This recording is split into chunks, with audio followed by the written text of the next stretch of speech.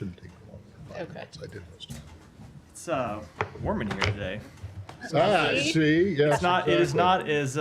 It's not the customary meat locker that I like to have it. Which that I'm sure you do. I don't. We may have to cut the briefing short when I'm up here roasting. That wouldn't be necessarily a bad thing. All right, noted.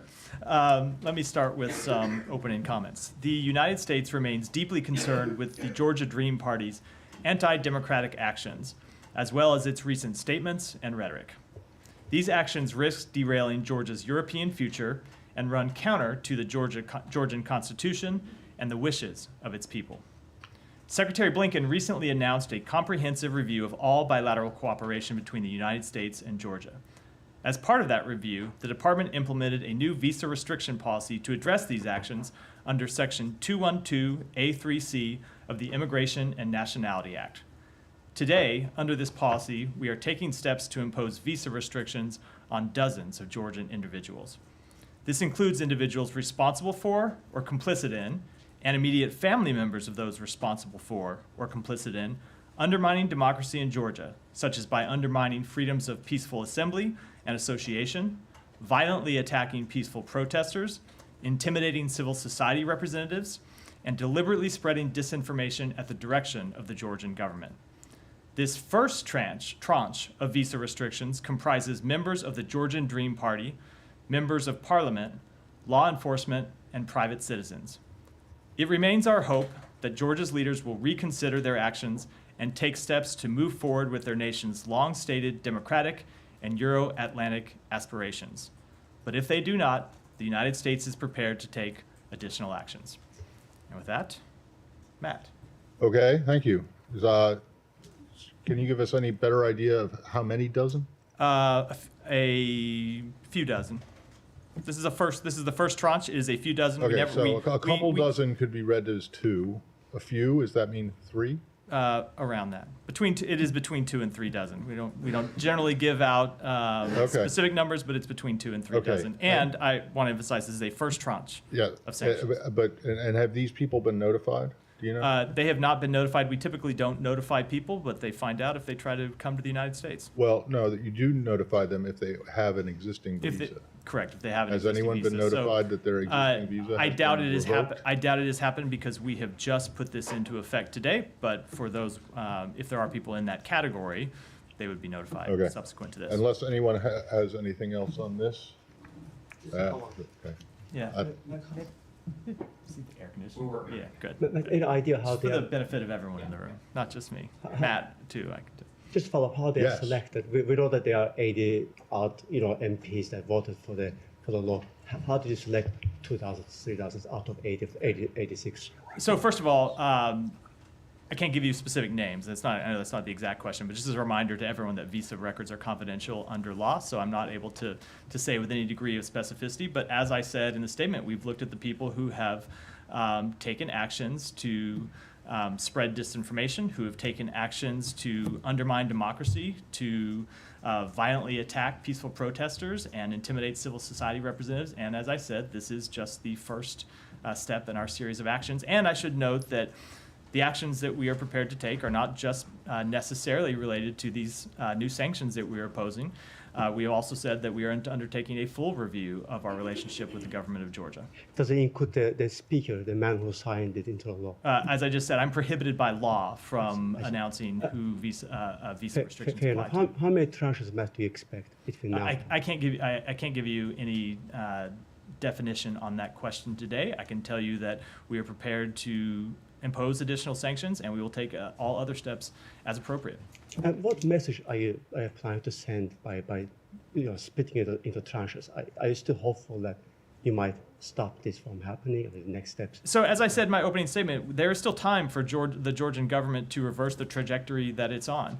That doesn't just apply with respect to this law that they passed. It applies to the way they have been cracking down on dissent. It applies to the statements that their leaders have made, rejecting the path that Georgia has been on for so long. So there is still time to turn it around, and our policy will be dependent on the policy that Georgia undertakes. Please come back to me later on. Yeah. No. Can I move to the Middle East? Yeah. Do you have any updates on the proposal that was put forward? Has Hamas put forward any official response? We heard overnight in a statement some sound like downtrodden response, but then Egypt has reportedly heard some encouraging signs. What's the latest? We have not heard. We have not received an official response from Hamas. Obviously, we have been in conversations with our partners in the region, especially with the government of Egypt and with the government of Qatar, and those partners have been in conversations with the political wing of Hamas. But we have not yet received an official When do response you to the expect proposal to that's on the receive table. a response? I don't have an update on that. We have wanted to see a response as soon as possible. We think this is should be an urgent priority to get this ceasefire over the line to start to alleviate the suffering that is happening every day in Gaza. So we would hope for a response from Hamas as soon as possible, and we continue to wait. And then can I ask on this deadly Israeli strike on a school that was housing IDPs in Gaza, what's your response to that? So we have been in contact with the government of Israel about this strike. They have said to us essentially what they have said publicly, which is that, and this is their claim, that they were targeting 20 to 30 members of Hamas and other militant groups, that they used precision strike to target only one part of the building without hitting areas where civilians were sheltering. At the same time, we've seen the reports on the ground. We've seen the videos from the ground. We've seen the claims that 14 children were killed in this strike. And certainly when you see, if that is accurate, that 14 children were killed, those aren't terrorists. And so the government of Israel has said that they're going to release more information about this strike, including the names of those who died in it. We expect them to be fully transparent in making that information public. Were U.S. weapons used in this strike? I don't have any update to that. I'd refer to the government of Israel. And then my last question, how does this not cross the red line that the president laid out, several weeks ago? This is the second incident in less than 2 weeks where we've seen a pretty large civilian toll on what was supposed to be a precision strike. So with respect to the policy that the president announced, he was speaking specifically to a large-scale operation in Rafah, and we have not yet seen a large-scale operation conducted in Rafah. That said, we have seen strikes that put civilians in danger well before the president said that, and we have made clear to the government of Israel that we expect them to do everything that they can to minimize civilian harm. We've been through this before. It applies in this situation too. It is a difficult situation if it is true that you have this site where Hamas is hiding inside a school, other militants are hiding inside a school. Those individuals are legitimate targets, but at the same time, they're embedded near civilians. Israel has a right to try and target those civilians, but they also have the obligation to minimize civilian harm and take every step possible to minimize civilian harm. So that's why we were pressing the government of Israel and the IDF to be completely transparent about what happened here. We want to know the facts as much as anyone. Have they taken every step possible? We have seen them take improvements over time, but still, if it bears true that this strike resulted in the death of 14 children, the results aren't where they need to be. So it gets back to this question of intent and results. Even if the intent is what the IDF has said publicly, that they were trying to use a precision strike just to target 20 to 30 militants, if you have seen 14 children die in that strike, that shows that something went wrong. That said, these are all facts that need to be verified, and that's what we want to see happen. Go ahead, Simon. I'll come to you, Simon. To follow up on the broader issue of civilian harm, so we had this NSM process that came to an end, and you came to these specific conclusions that didn't lead to any impact on provision of arms to Israel. Now that kind of 90-day process with the NSM is finished, I guess there's an annual NSM requirement for you. But just to sort of be clear, as of now, what kind of are there any timelines you can give on when you're going to be able to make conclusions regarding Israel's conduct? Is there a date when all of these, or at least some of the assessments that you've been making since the beginning of the war might be completed and you can actually make a definitive? There's not a definitive date I can give you standing here today. I can tell you that there are a number of reviews going on of specific incidents, and those continue. As we said, or as the report said, the NSM 20 report that we released, it's often difficult to come to definitive conclusions in the middle of the war where we don't have access to information on the ground. Doesn't mean it's impossible. We look at it, we sort through it, we take all the information that we can and try to use that to make our best judgments. But it does make it difficult. So that said, we have a number of these reviews going on. We want to see them wrapped up as soon as they can, but they're difficult and time consuming. You have to look at facts, and sometimes you have to make legal determinations as well that are informed by those facts. And that's what we continue to do. Will you make public the results of those reviews? It's hard for me to say what we will. It's hard for me to say what we will do with the result that has not yet finished. I can tell you that there have been some. I've said this before. There have been some that have been finished and have found to be no violations. Right? You can think about how this might work. Same if you think about any kind of investigation where you take a broad. You take say a big number of cases, you can look at some and see right away that no, they don't rise to the level of violation, some that bear more scrutiny. So there were some that we looked at and were able to take out of the system quickly, and there are a great deal of others that are going forward and we're continuing to review. Without trying to go through the laundry list of, there are a lot of cases here, but are there any that you can give us as an example of, this came up in the briefing, for example, there's lots of cases that came up in the briefings. If there are any of those where we've asked you about it and then you've gone away and looked at it and found we're happy that there was no violation here? I just can't give you that kind of specificity from here. So, go ahead. This particular area, you called on me? You called on me, right? Yeah, Okay. just sorry. Sorry, I thought, yeah, okay. Never known you to be shy, Saeed. No, from time to time, I don't believe okay. that. Go ahead. So it's with old age. Anyway, so this area in Serat was an area that the Israelis even did not ask people to evacuate. I mean, this is really refugees. They killed 64 people. We don't know how many was killed.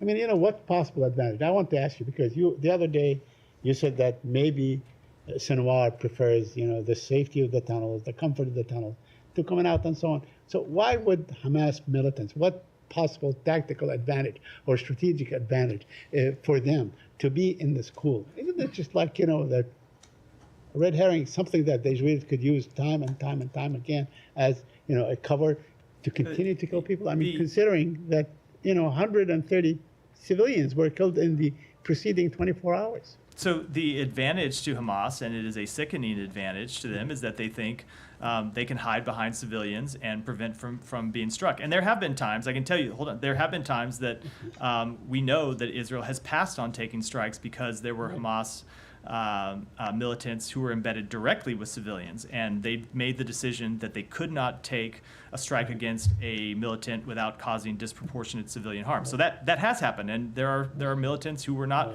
There were strikes that they did not take because of that reason. Now, with respect to this one, we need to know exactly what happened. As I said, and as you just pointed out, there are conflicting accounts about what exactly happened here, and that's why we need to get to the bottom of it.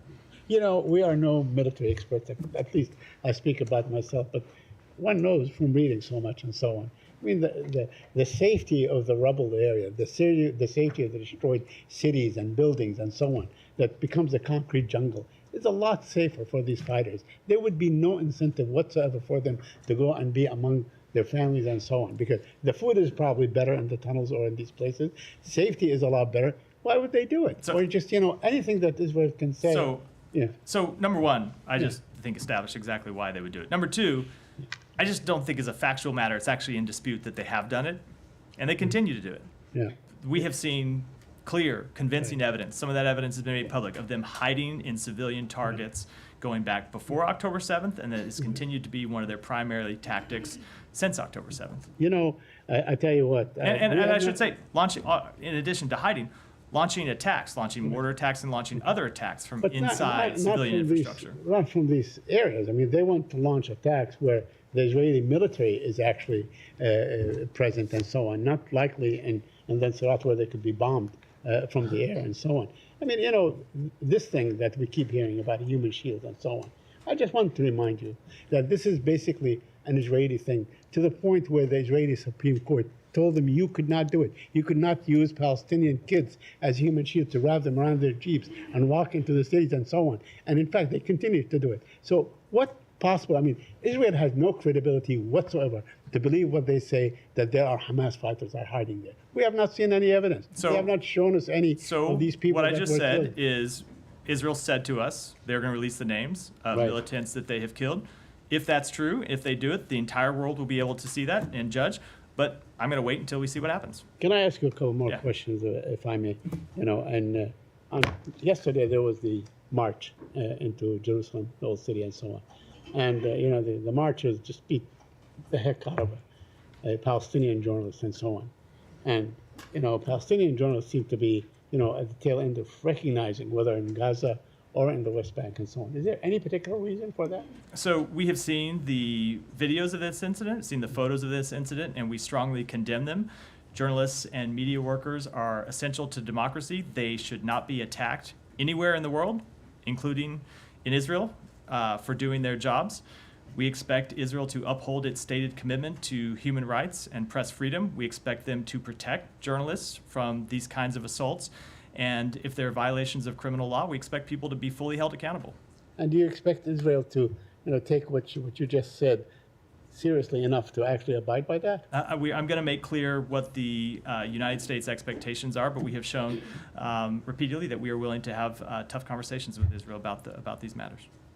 Go ahead. So you said you can't say if it's a U.S. weapon that was used in the school attack.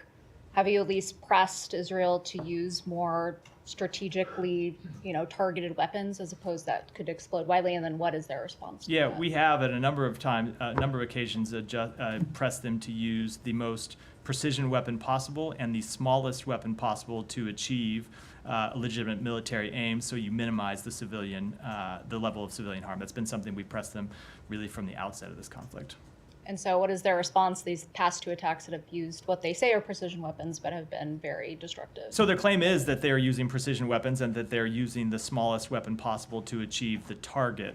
That said, we have obviously seen the reports of civilian harm. Obviously, in the incident several weeks ago, you saw a catastrophic consequence when it seemed that the result of the weapon they used was a subsequent fire, a subsequent explosion of some sort that caused tremendous civilian death. And so they need to investigate exactly how that happened. They have an ongoing review of that. As far as I'm aware, it's not been concluded yet. I know we haven't been briefed on any review yet. And with respect to this one, as I said, we need to see what the facts are, and we expect them to make those facts public and be completely transparent about it. And they're reviewing this one as well. Have you heard that? I don't know if it's an official review. They have said to us that they are going to release information that shows what happened, what the result of the strike was, and who it was that was killed in the strike. I don't believe they've announced an official review yet, but if there are shown to be civilian deaths, as the reports from the ground appear to show, then we would fully expect them to review that consistent with their code of conduct. You've said repeatedly transparent, that you're looking for something for the Israelis to be transparent. I mean, the Israelis are basically saying that militants were killed in this. I mean, do you expect them to investigate beyond that, say whether children were killed, civilians were killed, and is there a track record of Israel actually investigating that on the ground? So two things. One, with respect to transparency, they have said that they will release the names of those who were killed. But the names of the militants? Or the names? That is what they have said, and we're going to watch and see what they do. If we think any further investigation is warranted after we see the results of what they announce first, we won't hesitate to call on that, as we have in the past. There are incidents that they have reviewed in the past, and as we've said, they have a number of incidents where they have conducted reviews, and those have led to criminal referrals, and they have full-blown criminal investigations. But there are also incidents, and those are not public, but there are other incidents where they have announced, they have conducted reviews and announced the results publicly. So with the World Central Kitchen strike, for example, they announced the results of the review. They made clear what, from their perspective, had gone wrong and why that strike had happened in the way that it did. And they announced disciplinary actions, including firing against a number of military officials. Just to put a point in that, I mean, do you think it's are you basically calling Israel also to identify those who were killed who are potentially non-combatants, who were children? Do you expect Israel to do that? So we want to know, so I don't know if they have any ability to do that, right, unless they're not there on the ground, but we want to know exactly what happened, and we're willing to look at all sources of information to determine that. I'm sorry if you covered this before, but I mean, how are you going to know if the list of names that they release is accurate? So we will, I don't want to prejudge. I could make up a bunch of names right now. And it is a good question. That doesn't necessarily mean that those were actually the people who were killed, or that they that they were militants. Yeah, it is a good question. We'll wait and see what it is they release, and if they release any information to back that up. It could be that they really, I don't want to speculate to what they could release to back that up, but we will wait and see what it looks like. All right, but if it turns out that they name these people and they are confirmed to have been militants, and you are able to, or there's some kind of confirmation that they are in fact the ones who were hit, is that enough for you, even if they don't go into any civilian? So we also want to see Whether they're identified no, by the Israelis or not, we it's clear that there were. well, we also want to see the civilian harm and look at what exactly happened and have a full understanding of that. The We've Israelis- seen the initial reports, but we want to fully All right. understand that. And then the Israelis should want to fully understand that too. They have said that they want to minimize civilian harm. We have impressed upon them the importance of that, so they should want to know that Right, information but, too. and I apologize because maybe I missed this while I ran out, but did they say that they would go into the details on any civilians who were killed? They have made clear initially that they would release information about it. I don't have the full details about what they would say. So they've but we- essentially, but as far as what you understand, they've said that they will They are release gonna- the names of the militants. and other details. I don't know what those details will include because they haven't done that yet. Yeah, go ahead. Thank you. I just wanted to follow up on what Simon was asking about the State Department's own internal assessments after the NSM had concluded. The Secretary said in one of his Hill testimonies a few weeks ago, I think it was Senate Appropriations, he was asked about states' own internal assessments about Israel's actions, and he was also asked if the State Department has the kind of resources that it needs to meet the objective of carrying out its own internal assessments. And the Secretary, sorry if my notes are a little bit rough here, but he had said, it's a very good question, and it's something we're looking at very hard, and that it's something that in order to do it in real time, the answer is probably no, and that it's an incredibly labor-intensive process. Yeah. He indicated that the State Department doesn't have the resources it needs to get this done quickly or efficiently. Can you just clarify if that's the case? Because Simon was asking about when we might get some kind of conclusions on some of these cases. It is the case. It is difficult to review the sheer number of incidents in real time and provide with definitive answers on all of them in any kind of compressed time frame. It is one of the challenges we face. If you just look at the sheer number of casualties in the war in Gaza and of course the sheer number of civilian casualties, there are a number of specific incidents that we have felt obligated to look at, and certainly we would welcome additional resources to that. We haven't made an official request to Congress yet. It's something that is the type of thing we go through in our usual budgeting process, but certainly we would welcome more resources to look at these issues. Can I just ask one on the Northern Front? There's reports that the Biden administration has cautioned Israel in recent weeks to keep the war with Lebanon or any escalation limited, and also warned about Iran intervening. Can you comment on that? So I'm not going to speak to private diplomatic conversations, but as I've said earlier in the week, we have been clear with the government of Israel since the immediate aftermath of October 7th that one of our top priorities as in this conflict was to see it not expand any further than it already has. And that remains the case, and that remains the subject of our diplomatic conversations, not just with Israel, but with other countries in the region. I will say that we continue to see Hezbollah taking strikes across the border, including incredibly destructive strikes. And Israel, of course, has the right to defend itself when hit by a terrorist organization. But we remain concerned about the risk of escalation and the risk that any type of escalation could further widen and broaden this conflict and get us back into the place where we were earlier in this conflict when you saw strikes in Iraq that we have worked to try to mitigate and try to prevent from occurring. So that remains a top priority for the United States. Yeah, Tom.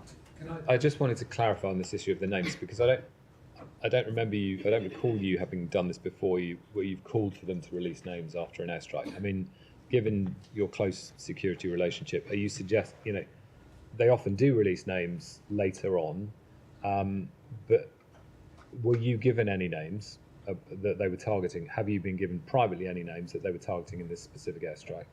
And if not, Is that why you're calling for them to do so? No, not yet. Just to make it clear, they have said that they were going to release the names of the 20 to 30 militants. They told us there were 20 to 30 militants they were targeting. They're going to release the names of those. They believe that they've killed those militants. I think they want to show that So- they were actually killing militants, not civilians. That doesn't obviously obviate the chance that there might have also been civilians that were killed in this strike. But you're looking for a list of 20 to 30 names. That is basically, what they have of- said they of would provide. We militants. expect them to do that, as well as any other details that would shed light on this incident. But they volunteered that. You're not calling for it, are you? We have called for it to be released publicly, and as well as any other information that would. Before they said that they would do it, you asked them? We went to them and asked for more. So what happened? Let's be clear. This is what I said in response to the first questions. We went to them earlier today and asked for information about this strike. Not necessarily the names. No, we just asked for more information about what happened. They came back to us and said we were targeting 20 to 30 militants who are housed in one specific part of this building. We had been watching it for several days. We had been waiting for a moment when we could target just those 20 to 30 militants without harming civilians, and we found the ability to do so, and that's why we took this strike. They said to us, we will release the names of those 20 to 30 militants as well as other information. We said, we think that's appropriate for you to do it. There ought to be full transparency, which is what we have called for in other cases. Now, let me make also clear, I can't validate any of this information on my own. This is what they have told us. We think they should make public any further details. So you're looking for a list of 20 to 30 names to be released, of militants to be released publicly. I'm looking for all the things I just that outlined. doesn't emerge if you don't have a list of 30 names? Let me just, as always, I don't want to deal with ifs and ifs. This is what they have said they would do. It's what we think is appropriate. We think they should make any other details that are relevant public as well. It should be full transparency about this. If further steps are necessary after that, we won't hesitate to call for them. If further steps are necessary. Any further review, it needs to be a further review, then we will call for that. If we need to look at it ourselves, we will do that. All right. Did you want to? There was just one other issue I wanted to ask about. I wanted to just to follow up on what you said, you and Matt, actually. You know, COGAT has the names of every Palestinian born in Gaza. They do have a list of everyone. So, I mean, are we going to see names of, let's say, commanders, recognizable commanders, or any Mahmoud, Ahmed, Yusuf, Dawood, you know, anybody could be. I don't know, and you don't know. No one in this room knows. The Israeli government is going to release those names, and we'll look at and see what they do. I'll just come back on Yeah. something else. Do you have any update on how the policy towards a revitalized Palestinian Authority is progressing? We have seen the Palestinian Authority take some steps, some initial reform steps. They appointed a new prime minister. That prime minister has announced a number of reforms he intends to put in place. We're watching that very closely. We also realize that there are challenges that they face with funding that makes it difficult to carry out some of the reforms that they want to execute. It's one of the reasons why we have been pressing Israel to release the clearance revenues that they have been withholding from the Palestinian Authority, because if you want to see a revitalized Palestinian Authority, it needs to have the money to undertake these reforms. It's why we have been pressing them not to take the devastating actions around correspondent banking that they have said they might pursue at the end of this month. So it's something that we are continuing to engage with directly with the Palestinian Authority and with our Arab partners in the region who share this goal of ours. I mean, some of that might sound a bit like understatement. I was chatting to a PA official earlier today who talks about the financial situation. It's unprecedented. Yeah. PA finances are on the brink of collapse. If nothing changes in a few weeks next month, there is no extra income. There will be no ability to pay public wages. So they're paying 50% already to tens of thousands of teachers, doctors, nurses, security forces, crucially. And they're talking about weeks to potential collapse. So how concerned are you? We are very concerned about it, and we have made clear to the government of Israel in some very direct conversations that there is nothing that could be more counter to the strategic interests of Israel than the collapse of the Palestinian Authority. The Palestinian Authority, for all of its challenges, for all the need to pursue additional reforms inside the Palestinian Authority, the Palestinian Authority has worked to maintain stability in the West Bank. And if you look at the strategic situation that Israel faces right now, where they continue to fight a war in Gaza, they are seeing increased strikes along their northern border and the risk of further confrontation there. If you saw the Palestinian Authority collapse and instability spread across the West Bank, it's not just a problem for the Palestinians, although that obviously it obviously is a massive problem for the Palestinians, and that alone ought to be reason for Israel to reverse this decision. It is also a massive security threat for the state of Israel, and so we have made clear to them that allowing the Palestinian Authority to receive the full revenue to which it is entitled.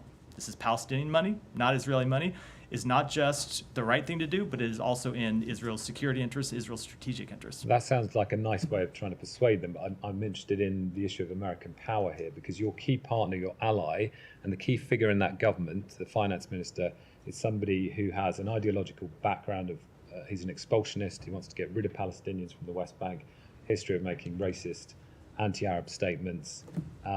And so when he is the key figure that appears to be holding back all those revenues, and I think it stands at $1.6 billion, Yeah. I mean, surely, as the United States, as the key ally of Israel, its key military backer, you can change that situation. We continue to have, as I said, very direct conversations with the government of Israel about the dire consequences this would have for Israel, or for the Palestinian people, and for Israel's own security situation.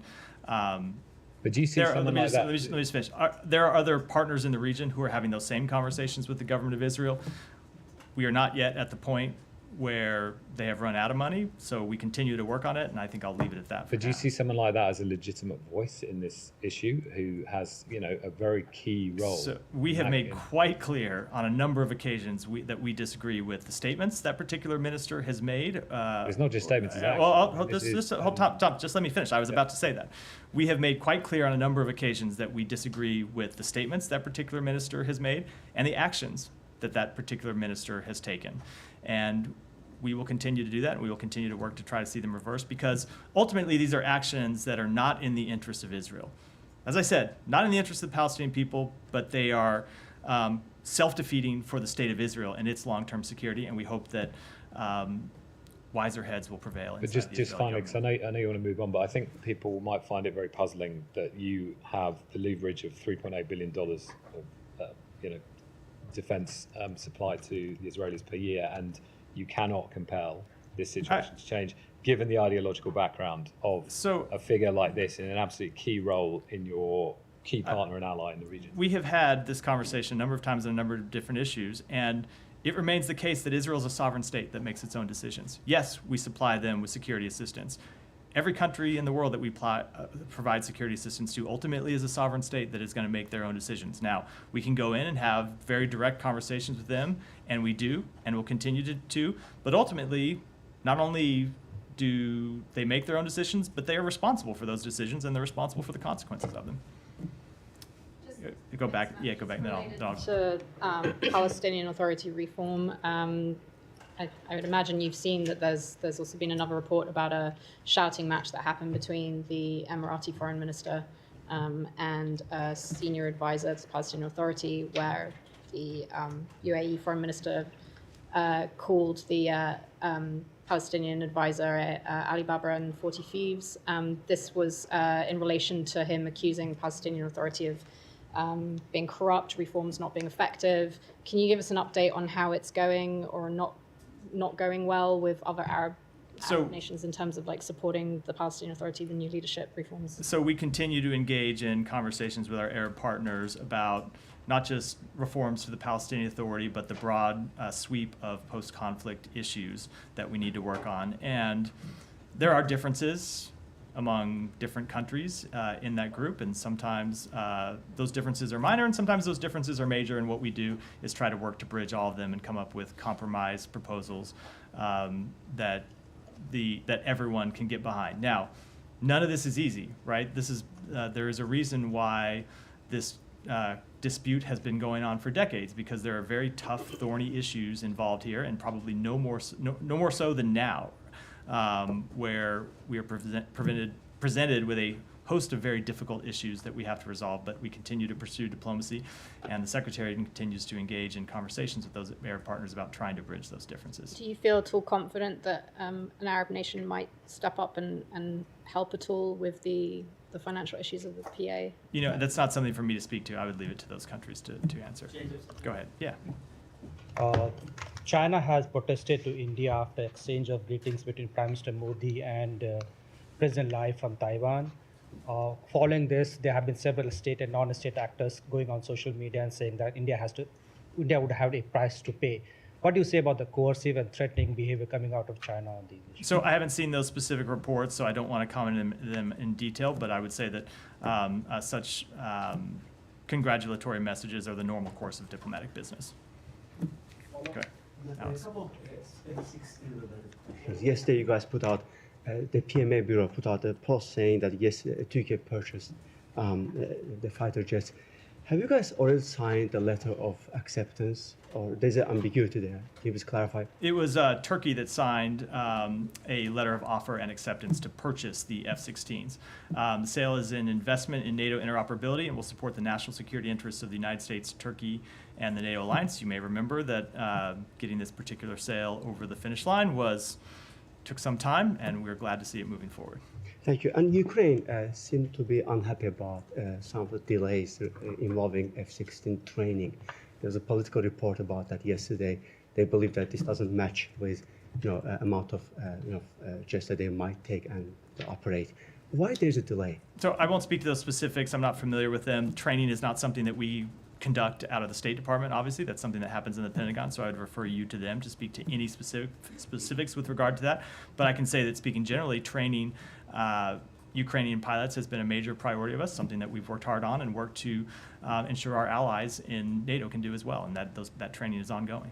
Thank you. And final one from me. As I understand it, Special Advisor Bano just returned back from the region. He spent 2 weeks in Azerbaijan and Armenia. Any progress, any result? I don't have any update on his travel. I would direct you to his office for anything specific on his travel. That's right. Yeah, thank you, Mark. Going back to the risk of escalation conflict in the Middle East. Today, the Islamic resistance in Iraq said in a statement they carried out 2 joint military operations with Houthis on Israel's Haifa port. Can you ask you again, as it just speak up a little Yeah, bit? okay. Sorry. Yeah. Maybe the microphone is poorly placed in your part I'll of the repeat the briefing room. question. Yeah. Today, the Islamic resistance in Iraq Yeah.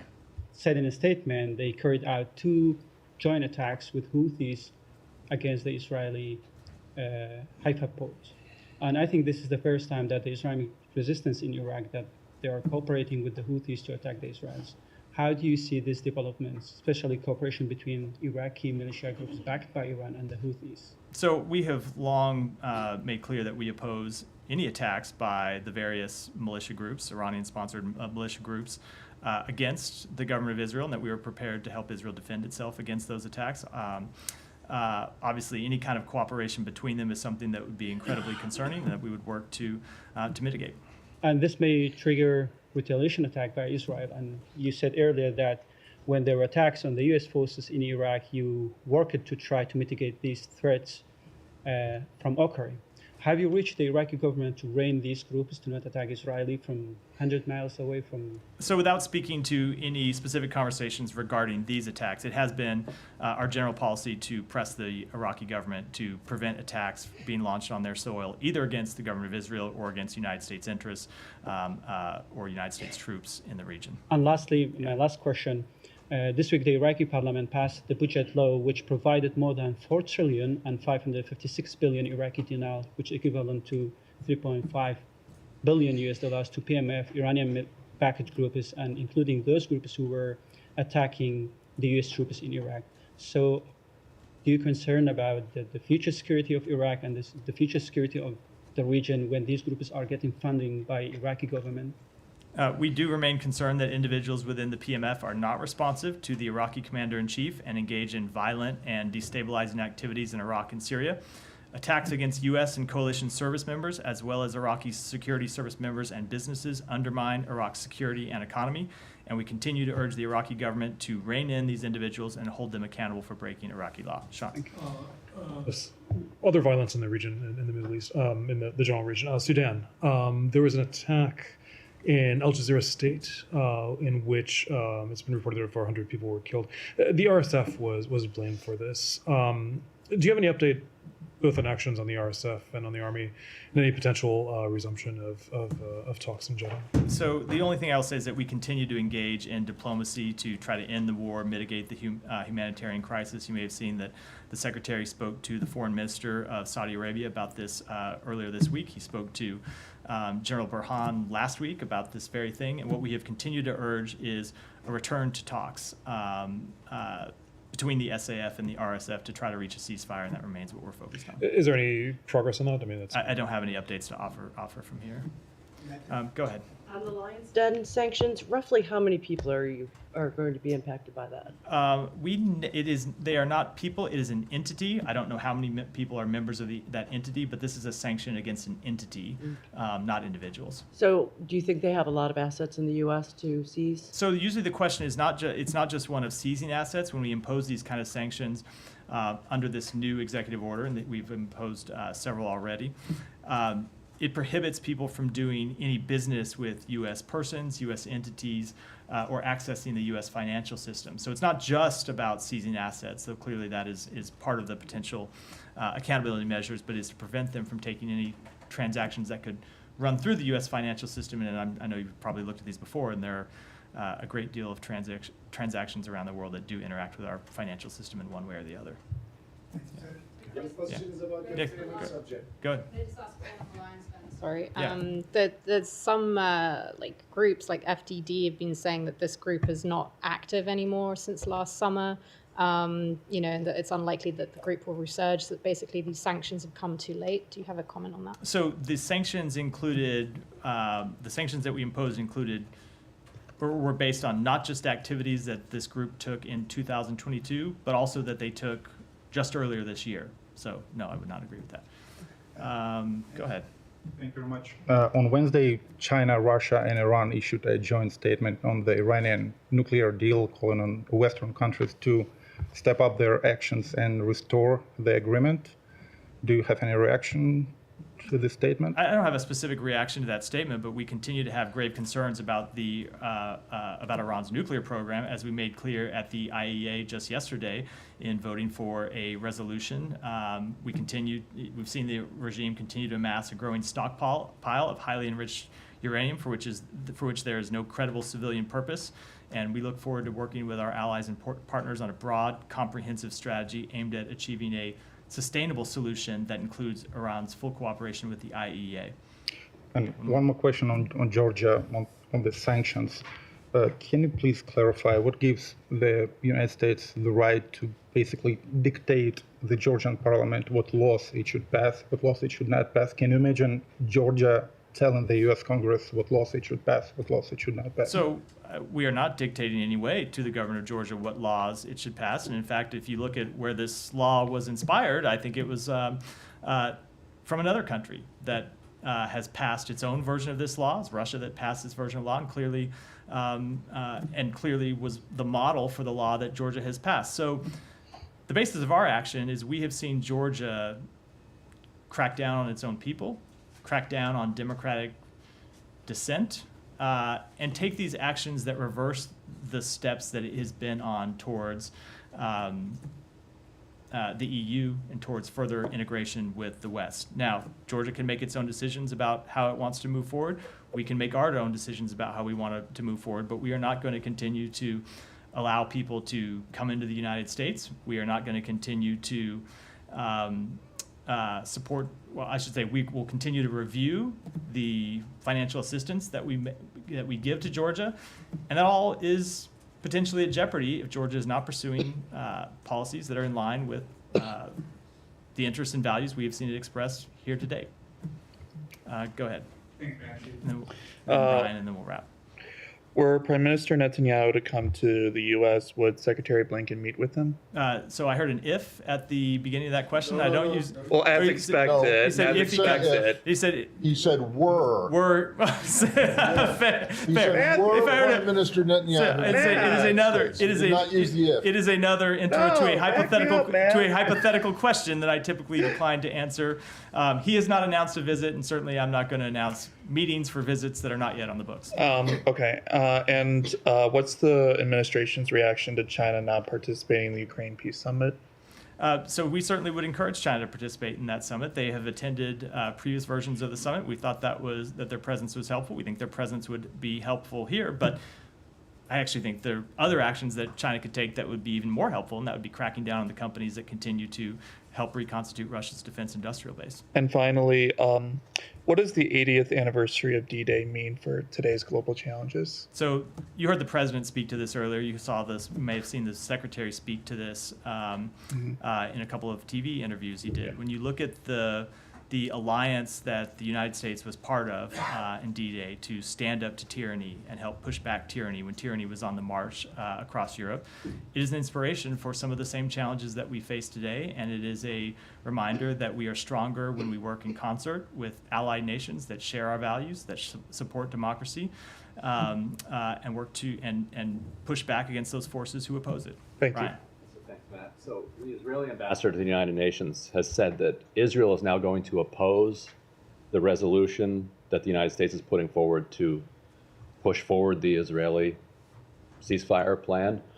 Did that come as a surprise to the United States, and does that undermine the U.S. effort to get Hamas to agree to this deal if Israel is saying that it's going to vote against its own deal at the UN? So we have been talking with a number of governments, including the government of Israel, about the direction of this resolution and what it ought to look like. Those conversations continue. We do think it is important that the United Nations Security Council speak with one voice on this. We have this rare opportunity where we have a chance to reach an immediate ceasefire that ultimately could lead to an end to this war. And so we want to see the Security Council act. We want to see it act as soon as possible. Now, the way this process works is that you often have to engage in diplomacy with members of the Security Council and sometimes with members off the Security Council to help get a resolution like this over the line. That's what we continue to do. One quick, really brief ones that you're probably able to answer in several words. One, just on that last question, I was under the impression this was a Security Council resolution. It is. It's not a General Assembly resolution. Correct.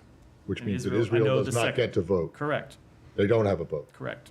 So why, I'm not sure why did you answer the question? Because we are talking to Israel about this No, I resolution. understand We're that, talking but to I mean- other members off the Security Council. But they don't about it get a as well. vote because they're not in the council. Correct. Okay, secondly, do you have anything new on the Beirut embassy? Sorry if you did this while I was out.